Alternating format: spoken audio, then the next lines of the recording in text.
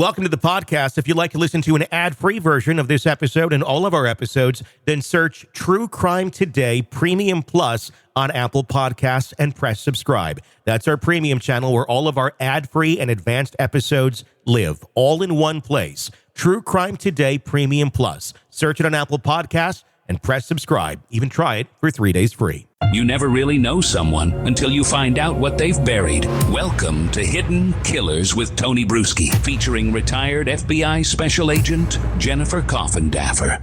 The case against Sean Diddy Combs gets darker by the day, and new developments literally happening almost by the hour. Joining me to discuss the latest as of this moment of our recording, Jennifer Coffindaffer, retired FBI Special Agent, and I got to ask you, this case, it has raised so many questions about power, about money, about who was all involved with Diddy. How far do you think this reaches? We heard from a bodyguard just yesterday, a former bodyguard of his that was with him in the 90s.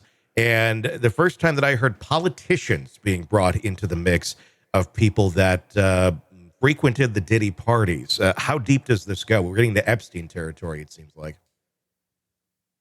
It's deep, and it is going to get into Epstein territory. All you have to do is look at people who have erased their Twitter pages concerning Diddy that are coming in by the droves. And then in addition to that, just the photographic evidence that exists. And of course, that doesn't mean somebody's guilty absolutely by their association with them. I mean, look at the list of celebrities that have been photographed with Diddy. But I think it's certainly going to be far-reaching, and I think we've just scratched the surface. And that's, I think what makes this interesting is at the beginning, we're like, okay, this is more celebrity. This is more music industry. Epstein was very much, politics. It was world leaders. It was things of that nature. Are we going to get that right deep in some of this with Diddy? I mean, and with that being said, if we do start going down that road, and it's more than just this celebrity over here, this rapper over here, this whatever, if we're starting to get into the territory of political figures and such, it takes a much darker turn, I think. And there's a lot of people who have a very large vested interest and power to prevent some of that information from getting out, like we saw in the Epstein case. Now turn right onto North. Right. I mean, when you look at this, he was given the key to the city of New York City. And of course, that was a political move and a political gesture. And he definitely was hobnobbing with political individuals. And I think the only reason that is significant is because these are people in power. Was anybody involved with covering anything up? And again, I'm not saying this definitely happened, but we know in the indictment, after reading it, we know that certainly his inner circle was involved, if you believe the indictment, in covering up all these nefarious acts. Was anybody else involved? That's a question I have. And it's something I've been trying to dig into the past couple of days. And I don't know if there is a correlation here, but I do wonder if there was some things to look the other way in New York, specifically.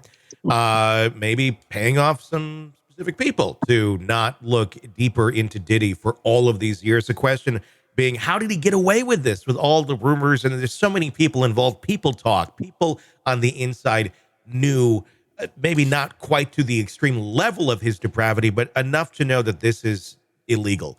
And the key to the city just given last year by Mayor Eric Adams. And that's obviously a whole other ball of stuff going on right now with him and so many New York City officials.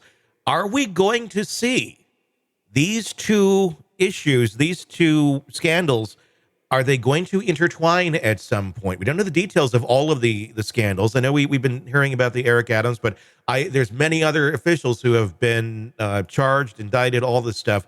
I am wondering, is this circle part of that in some way, shape, or form? Well, the commish of New York City, his place was raided Yeah. and searched, and so many other New York officials. And if there is any connection between Diddy and what went on in terms of the sex trafficking or any of these other charges, the arson, the bribery, so forth, they're going to know it, because now they have both ends. They have all that information they seize from Diddy and all these other officials. We're going to, let's put it this way. I will be surprised if we don't see entanglement from politicians as opposed to if we do. Does the raids on all of these New York City officials, would it have anything to do? Would it be sparked by any of these things that have been going down with Diddy? Would it have anything to do with it, like directly? I mean, because there's a lot of questions here of, you know, what kind of involvement may have been going on. And of course, it's all just speculation. Is it just looking the other way, or is it like participating in some of the parties?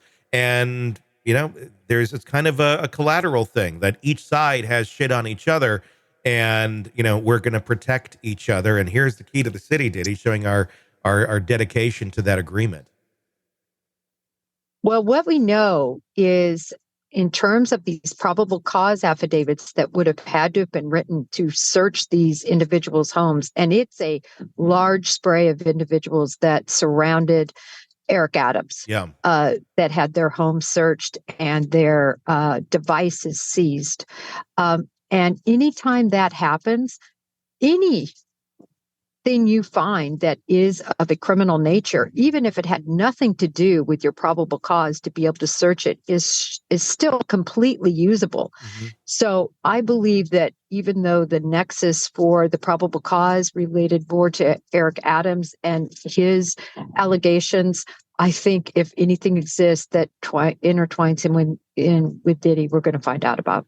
That's going to be very interesting to see just kind of what is found out there. I am wondering if there is a stronger connection between the two, or other officials than just Diddy getting the key to the city and it being a very bad optic nowadays. It certainly raises a lot of questions. A lot of people going down at the same time. Coincidence or connection? That's, I think, the question there. It's the same office, the same group of prosecutors, the same group of investigators. So I agree with you. Like I said, I will be surprised if there is no nexus found. Yeah. In a world where the darkest secrets lie just beneath the surface. They said it was an accident, but the evidence says otherwise. Where hidden killers roam unnoticed in the shadows. I think you would definitely be looking at a blend of toxic, very bad narcissistic personality traits, and they will be vengeful and possibly resort to violence. Join Tony Brueski as he uncovers the truth behind the most chilling cases. They said it was an accident, but the evidence clearly says otherwise. Each episode, we dig deep into the minds of those who commit the unthinkable. To your point on narcissism, he thinks in his own mind how witty he is. Yeah. But he lost that jury. I was done with him in 2 minutes. From unsolved mysteries to infamous crimes. Geez, you've just talked about how you've taught yourself how to do everything under the sun. I bet you did a YouTube video, how to best kill somebody with a knife. Hidden Killers with Tony Brueski takes you where few dare to go. How does someone with such a dark secret go unnoticed for so long? With multiple new episodes every single day. We're not just telling stories, we're seeking justice. Listen now on Apple Podcasts or wherever you get your podcasts. Just search for Hidden Killers with Tony Brueski.